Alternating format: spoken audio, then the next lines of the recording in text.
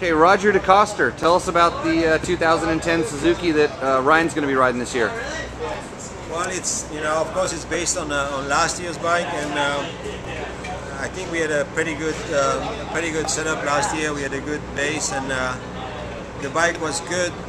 And there's one thing I think that we could improve on was try to keep our ability, the turning ability that our bike has always been good at, but at the same time improve stability, and we managed to do that.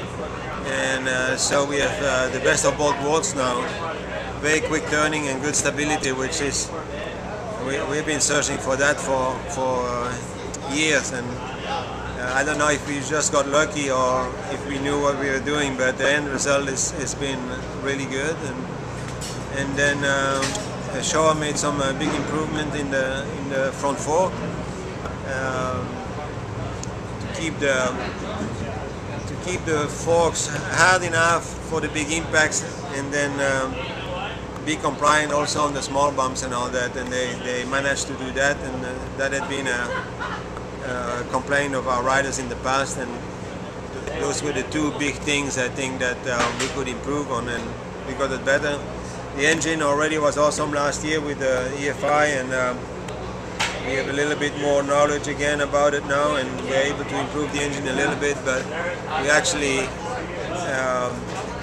have more power, or can put in more power than we need. So the big thing was the chassis, and improve on that. Okay, you're saying that the bike has plenty of power and stuff. Is that like from outdoors? Do you need more power outdoors, and Supercross is a little bit different, or can you explain that? Well, it depends a little bit on the rider always, but outdoors usually you're looking for more top-end power. The initial roll-on is not quite as important as for Supercross. In Supercross now we have triples right out of the turn, and so it's important that the roll-on is really good. And so we don't run a setting with quite as much power for Supercross than outdoor, but a little bit more roll-on. And with the fuel injection, is it a lot easier to get the snap that you need? It's a lot easier to tailor the power where you want it and where the particular rider wants it. You can do a lot of things at a specific RPM range, or even in a specific gear. Yeah. And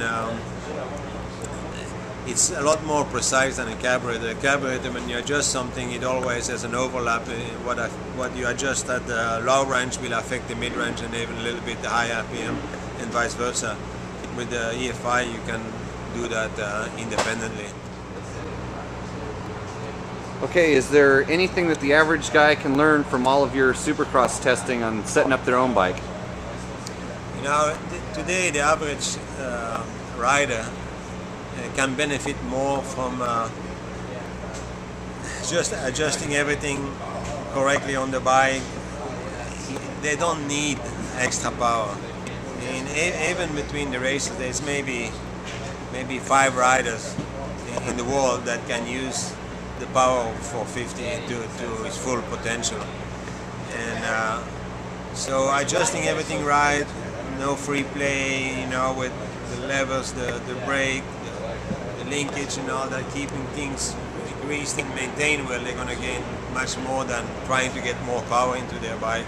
And with more compression in, like the standard thing what a lot of people do and all that, it's just going to make it more difficult to ride instead of easier.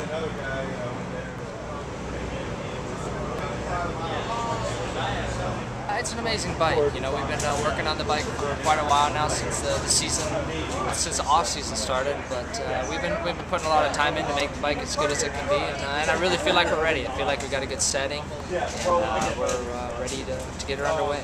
So what's it like working with Goose? I know the guy's meticulous about prepping your bikes and stuff. Goose is a good guy. I think a lot of people know he's stealing your bike right now. Yeah, he's taking my bike. I don't know where he's going. No, he's a really good guy. I think. Mike Osler, he's worked with the best, you know, guys from Ricky Carmichael to Chad Reed, and the list that goes on before that. And, he's really particular with what he likes and keeps the bike really good. So I'm really glad to be working with Mike. It's a great opportunity, and I really look forward to the season. You know, your before you went out, I guess your suspension sag was off by 1 millimeter. When things are the details that close, I mean, is it that close for you? Yeah, the sag just being off a little bit, it can play a big role. Obviously, out in the parking lot, we're a little on a slant, so we kind of had to play around with it a little bit, but you know, the bike has to be so precise and perfect, and that's what, you know, having a great mechanic, keeping up on all that in your team, and the way your bars, your handlebars, your levers, and the list goes on, to have all that in place and set, so when you get on that track, everything feels so normal to you that you just ride the best you can. So that's really important. When you were an amateur, did you have any idea how important all that stuff was?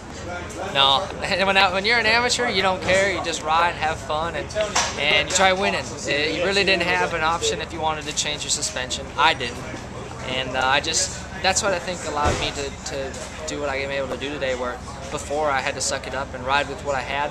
Now I got an opportunity to change stuff if I need to, which is great. I'm very fortunate. A lot of people don't have that ability to do that, so I'm really grateful for a team like that to be able to make the best of the best. Right on. Thanks a lot. Appreciate it. Thank you.